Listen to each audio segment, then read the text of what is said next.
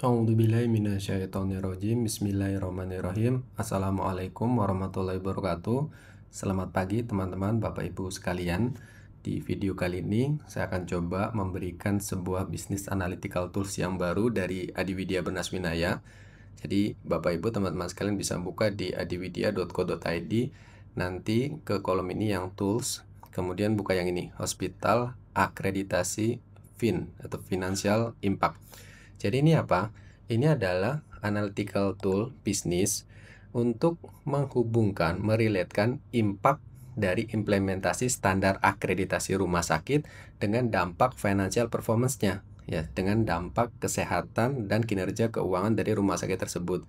Kadang kan kebanyakan dari kita, mungkin sebagian tuh berpikir bahwa akreditasi itu hanya pengeluaran dan pengeluaran, jadi hanya sumber biaya saja pengeluaran. Tetapi kita akan lihat lebih jauh bahwa standar akreditasi, standar-standarnya EP-nya itu mana saja yang kita lihat lebih dalam, bisa dilihat lebih dalam relate-nya ke dampak keuangan. Di dampak performance, dampak profitabilitas, ke dampak ke financial report-nya, financial statement-nya. Ini mana sih yang hubungannya ke neraca atau balance sheet, mana yang relate-nya ke laporan income statement atau profit loss atau laba rugi, mana yang ke laporan cash flow statement atau ke arus kas, ya. Jadi kita bisa lihat, oh standar ini, EP ini itu ada hubungannya untuk kenaikan pendapatan, ada hubungannya dengan mitigasi risk dari tuntutan, misalkan seperti itu, ya. Jadi nanti buka di bab ini, standar akreditasi ini ada 16 chapter, dari mulai ada TKRS sampai ke Prognas. Jadi ada Prognas, ada SKP dan sebagainya. Nanti tinggal diklik saja untuk melihat detailingnya. Kita coba di TKRS. TKRS dari EPP-nya ada 1A, ada 1B dan sebagainya. Nanti ada, oh ini 1A itu tentang representasi pemilik Dewan Pengawas dipilih dan ditetapkan oleh pemilik. Dampaknya itu kemana? Ke balance sheet atau neraca, dan nanti ke liabilitas yang contingent, ya. Jadi menghindari potensi sanksi atau denda dan berapa resikonya. Ini real assumption, angka rata-ratanya, ya. Jadi average-nya berdasarkan dari tuntutan dan sebagainya, potensi denda dan sebagainya. Ada juga relate ke income statement-nya atau ke laporan laba ruginya, jadi beban hukum berapa. Nah, ini ada contoh implementasi konkretnya juga. Jadi untuk memenuhi standar TKRS 1A itu menerbitkan SK, bunyinya bagaimana, terus KPI-nya bagaimana. Jika misalkan ini tidak terpenuhi, risknya itu sebesar angka ini. Jika terpenuhi sebagian, dia akan menurun. Jika terpenuhi, maka risknya akan hilang dan sebagainya, ya. Jadi ke bawah setiap standarnya ada linknya, hubungannya ke financial statement-nya, ke balance sheet-nya atau neraca, ke income statement-nya, ke cash flow statement-nya dan sebagainya. Contoh yang di sini. TKR 1D, representasi pemilik Dewan Pengawas menetapkan visi misi yang diarahkan oleh pemilik. Ini dampaknya kemana? Ke income statement, ke pendapatan. Visi yang jelas dan selaras itu meningkatkan kepercayaan investor dan loyalitas pasien. Tentu pendapatannya juga bisa lebih meningkat assumption-nya jika ini dilakukan dengan benar. Nah, ini contoh implementasi konkretnya itu dengan benar. Jika tidak terpenuhi, maka resikonya akan hilang pendapatannya ini sebesar segini. Jika terpenuhi, jika sebagian terpenuhi dan angka ini itu average, ya, rata-rata di rumah sakit tipe C yang memang BPJS-an dengan mungkin tempat tidur sekitar 150 sampai 200, ya. Jadi assumption-nya adalah bisa meningkatkan sampai kepada semua chapter, ya, semua babnya, termasuk Prognas.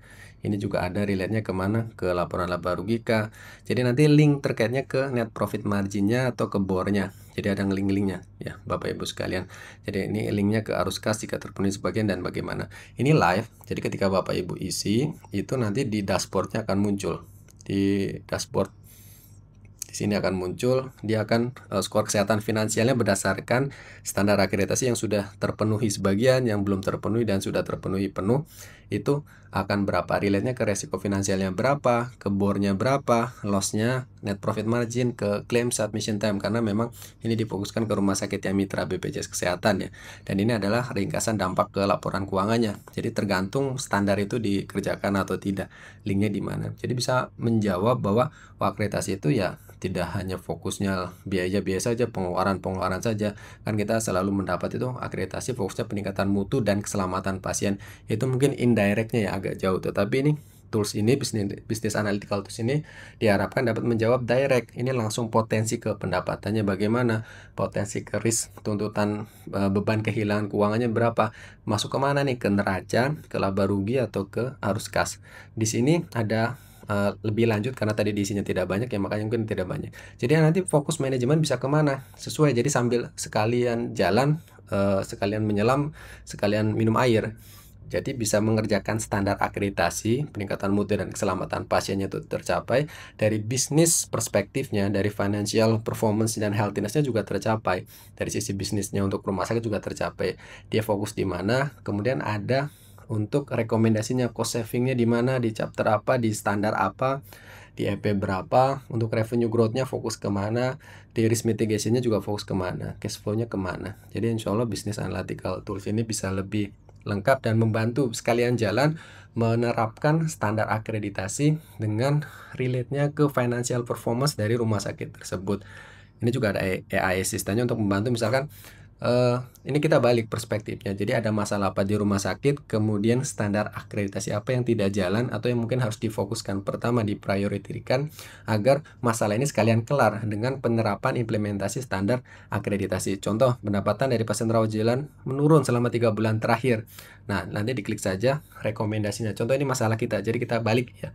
Ya kalau yang tadi itu implementasi standar akreditasi untuk menghasilkan impact di financial performance, ini dari masalah rumah sakit. Masalah rumah sakit itu standar akreditasinya apa yang mungkin kurang berjalan dengan baik ya. Jadi kita balik ke masalahnya dulu.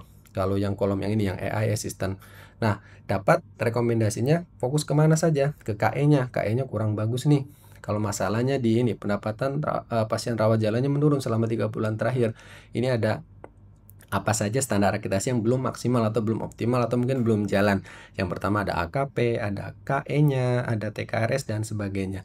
Nanti ada metodenya bagaimana untuk bisa menerapkan agar masalah yang kita masukkan ke rekomendasi ini, pendapatan pasien rawat jalan ini yang menurun selama 3 bulan terakhir itu bisa tersolving atau terselesaikan sekalian untuk penerapan implementasi standar akreditasi.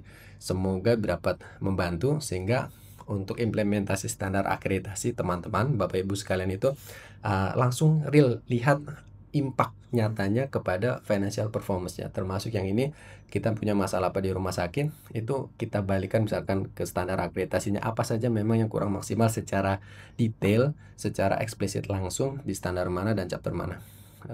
Semoga membantu. Terima kasih.